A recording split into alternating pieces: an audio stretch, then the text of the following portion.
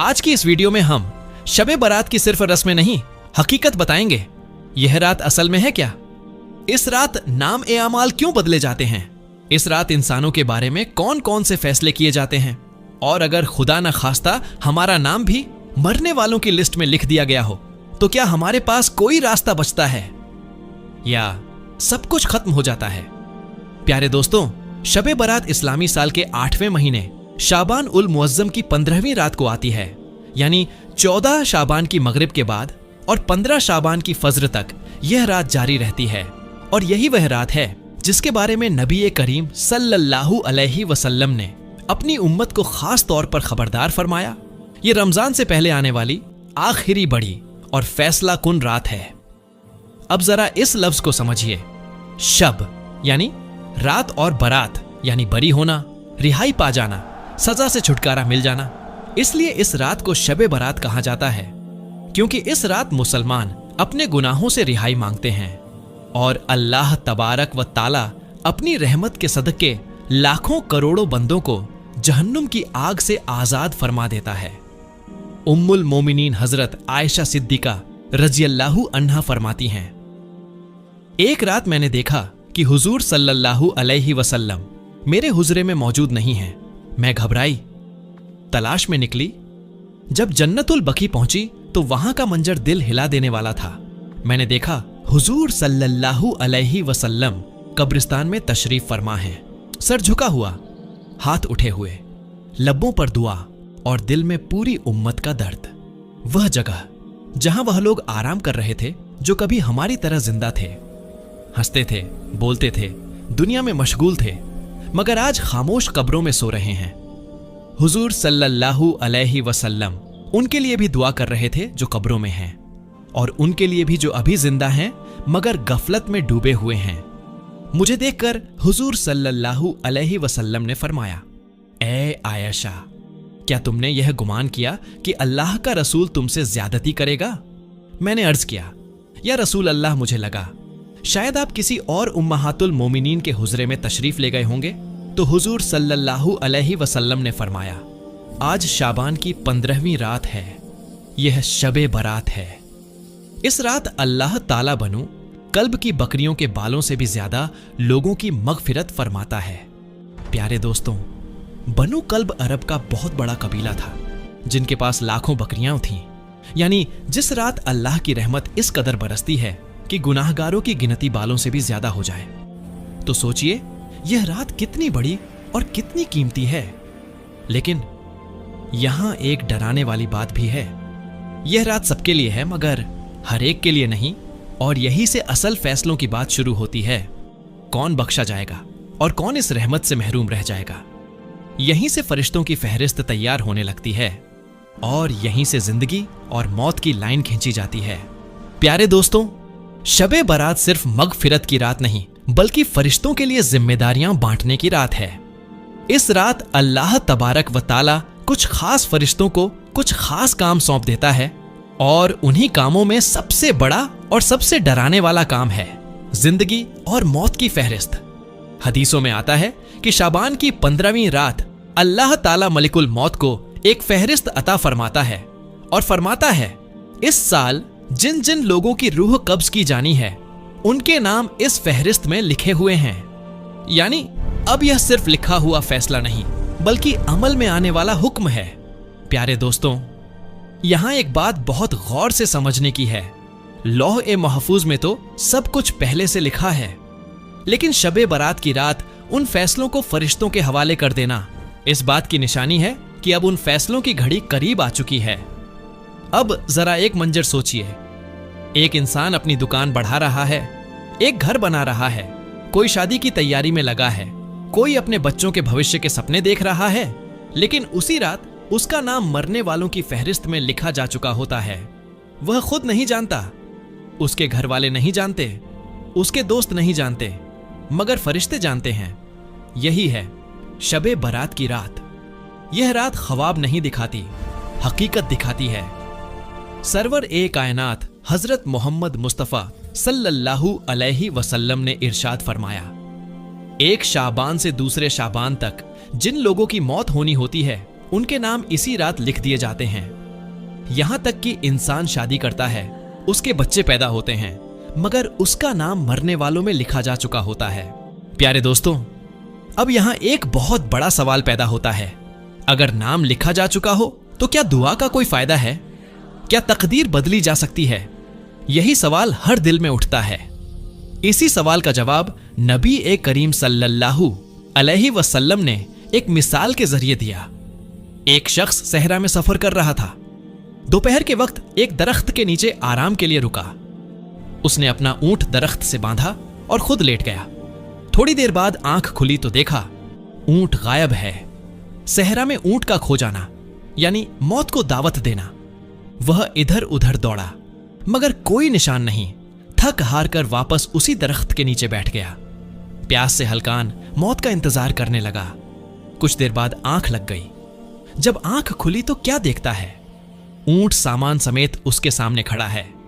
वह खुशी से बेकाबू हो गया और खुशी में गलत अल्फाज कह बैठा, ऐ अल्लाह, तू मेरा बंदा है और मैं तेरा रब हूं। दरअसल कहना यह चाहता था, तू मेरा रब है और मैं तेरा बंदा हूं। हुजूर सल्लल्लाहु अलैहि वसल्लम ने फरमाया, जिस तरह उस शख्स को अपने ऊंट के मिलने पर इंतहा की खुशी हुई, उससे भी ज्यादा अल्लाह खुश होता है जब कोई बंदा तौबा करके उसकी तरफ पलट आता है। प्यारे दोस्तों, यह मिसाल यही बताती है, फैसला लिखा जा सकता है मगर रहमत का दरवाजा बंद नहीं होता। अगर बंदा सच्चे दिल से झुक जाए, टूट जाए, रो पड़े, तो अल्लाह अपने फैसले में रहमत का पहलू शामिल कर देता है। लेकिन यहां एक सख्त हकीकत भी है, हर कोई इस रहमत का हकदार नहीं होता। हदीस में आता है कि इस रात अल्लाह ताला सबकी मगफिरत फरमाता है सिवाय कुछ बदनसीब लोगों के। प्यारे दोस्तों, शबे बारात असल में रहमत की बारिश की रात है। एक ऐसी रात जिसमें अल्लाह तबारक व ताला अपने रहम व करम से पूरी मखलूकों की तरफ नजर करम फरमाता है।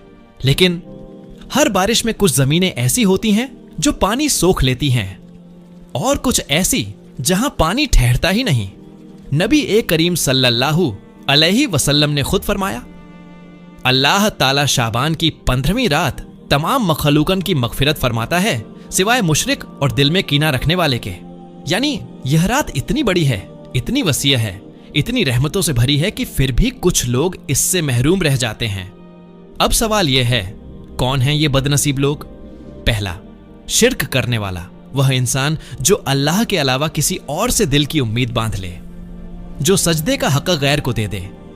शबे बारात तौहीद की रात है और शिर्क इस रात की सबसे बड़ी दीवार। दूसरा, दिल में कीना रखने वाला, वह शख्स जो बाहर से मुस्कुराता है मगर अंदर नफरत पालता है, जो सालों से किसी को माफ नहीं कर पाता। हदीस में आता है, अल्लाह फरमाता है, इन दोनों को छोड़ दो जब तक ये आपस में सुलह न कर लें। सोचिए, अल्लाह की रहमत दरवाजा खटखटा रही हो और हम दिल की दीवारें खुद खड़ी किए बैठे हों। तीसरा, कत्ल करने वाला, वह इंसान जिसने किसी की जान नाहक ली हो, जिसके हाथ खून से रंगे हों। ऐसे शख्स के लिए शबे बारात भी खामोश रहती है जब तक वह अल्लाह और बंदे दोनों से माफी ना मांग ले। चौथा, कते रहमी करने वाला, जो रिश्तों को तोड़ दे, माँ बाप, भाई बहन, खून के रिश्ते। ऐसे इंसान के बारे में नबी सल्लल्लाहु अलैहि वसल्लम ने फरमाया, कते रहमी करने वाला जन्नत में दाखिल नहीं होगा। तो सोचिए, जिसके लिए जन्नत बंद हो उसके लिए शबे बारात की रहमत कैसे खुले। पांचवा, जिना और शराब में डूबा हुआ इंसान, जो गुनाह को गुनाह ही ना समझे, जो हर रात नाफरमानी में गुजार दे और फिर एक रात रहमत मांगे। अल्लाह रहम करने वाला है मगर बेशर्मी पसंद नहीं करता। प्यारे दोस्तों, यह बातें डराने के लिए नहीं हैं, यह जगाने के लिए हैं, क्योंकि अगर यह लोग आज की रात सच्चे दिल से तौबा कर लें तो अल्लाह आज भी बनो कल्ब की बकरियों से ज्यादा मगफिरत फरमाने वाला है। अब जरा कब्रिस्तान का वह मंजर दोबारा याद कीजिए। हुजूर सल्लल्लाहु अलैहि वसल्लम कब्रों के बीच खड़े हैं। वह कब्रें जो कभी जिंदा लोगों के घर थे, वह लोग जो कभी हमारी तरह सपने देखते थे और आज खामोशी ओढ़े पड़े हैं। शबे बारात हमें यह बताने आती है, मौत अचानक नहीं आती, मौत पहले लिखी जाती है, और यह भी कि अल्लाह मौत से पहले तौबा का मौका देता है। प्यारे दोस्तों, अब सवाल यह नहीं रहा कि शबे बारात क्या है। अब सवाल यह है, हम इस रात क्या हैं, रहमत के हकदार या फहरिस्त में लिखे गए। यहीं से अब बात जाती है अमल की तरफ। इस रात क्या करना चाहिए, क्या नहीं करना चाहिए, और कैसे उम्मीद रखी जाए कि अल्लाह हमारा नाम रहमत वालों में लिख दे।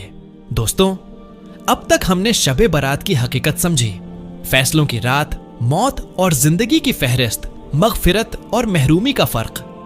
अब आखिरी और सबसे अहम सवाल, इस रात हमें करना क्या चाहिए।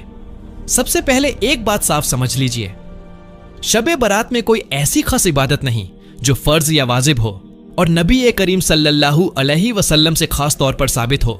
लेकिन यह रात नफली इबादत की रात है, दुआ की रात है, तौबा की रात है। इस रात सबसे पहला काम सच्ची तौबा। बिना तौबा के कोई इबादत पूरा असर नहीं दिखाती। अल्लाह से कहिए, या अल्लाह, मैंने जानबूझकर भी गुनाह किए और नादानी में भी। आज मैं मान गया मैं गलत था, अब वापस आ गया हूं, मुझे माफ कर दे। याद रखिए, तौबा अल्फाज से नहीं दिल से होती है। दूसरा काम, नफली इबादत, 2 रकात नफल, 4 रकात नफल, जितनी तौफीकत हो, कोई गिनती नहीं, कोई दबाव नहीं। और यह नफल घर में पढ़ना बेहतर है, क्योंकि नबी सल्लल्लाहु अलैहि वसल्लम ने फरमाया, अपने घरों को कब्रिस्तान मत बनाओ। तीसरा काम, कुरान और जिक्र, थोड़ी तिलावत, थोड़ा दरूद, थोड़ा इस्तिगफार। यह नहीं देखना कितना पढ़ा, यह देखना है किस दिल से पढ़ा। चौथा काम, दुआ। यह रात मांगने की रात है। नबी सल्लल्लाहु अलैहि वसल्लम ने फरमाया कि इस रात अल्लाह की तरफ से आवाज आती है, क्या कोई है जो मगफिरत मांगे कि मैं उसे माफ कर दूं? क्या कोई है जो मांगे कि मैं उसे अता करूं? तो फिर अपनी जरूरतें मत छुपाइए। अपने गुनाह, अपनी मजबूरियां हो, अपनी तकलीफें, अपनी औलाद, अपना रिज्क, अपनी आखिरत, सब कुछ अल्लाह के सामने रख दीजिए। क्या कब्रिस्तान जाना जरूरी है? नहीं, कब्रिस्तान जाना इबादत नहीं, इबरत है।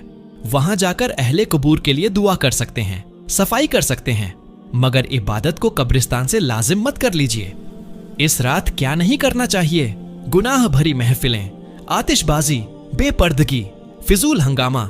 याद रखिए, यह रात माफी मांगने की है, नए गुनाह जोड़ने की नहीं। आखिरी बात, दिल को चीर देने वाली। प्यारे दोस्तों, हो सकता है यह आपकी आखिरी शब्बे बारात हो। अगले साल आप जिंदा हो या किसी की यादों में कोई आपकी कब्र पर खड़ा होकर फातिहा पढ़ रहा हो और कह रहा हो, अल्लाह इसे बख्श दे, तो क्यों ना आज ही खुद अपने लिए माफी मांग ली जाए। शबे बारात डराने नहीं आती, जगाने आती है। यह रात यह नहीं कहती सब खत्म हो गया, यह कहती है अब भी वक्त है। अगर आज की यह वीडियो आपके दिल को छू गई हो तो इसे अपने तक महदूद मत रखिए। कमेंट बॉक्स में शब्बे बारात जरूर लिखिए और इस वीडियो को उन लोगों तक पहुंचाइए जो गफलत में हैं। शायद किसी एक दिल की तौबा आपकी वजह से कबूल हो जाए।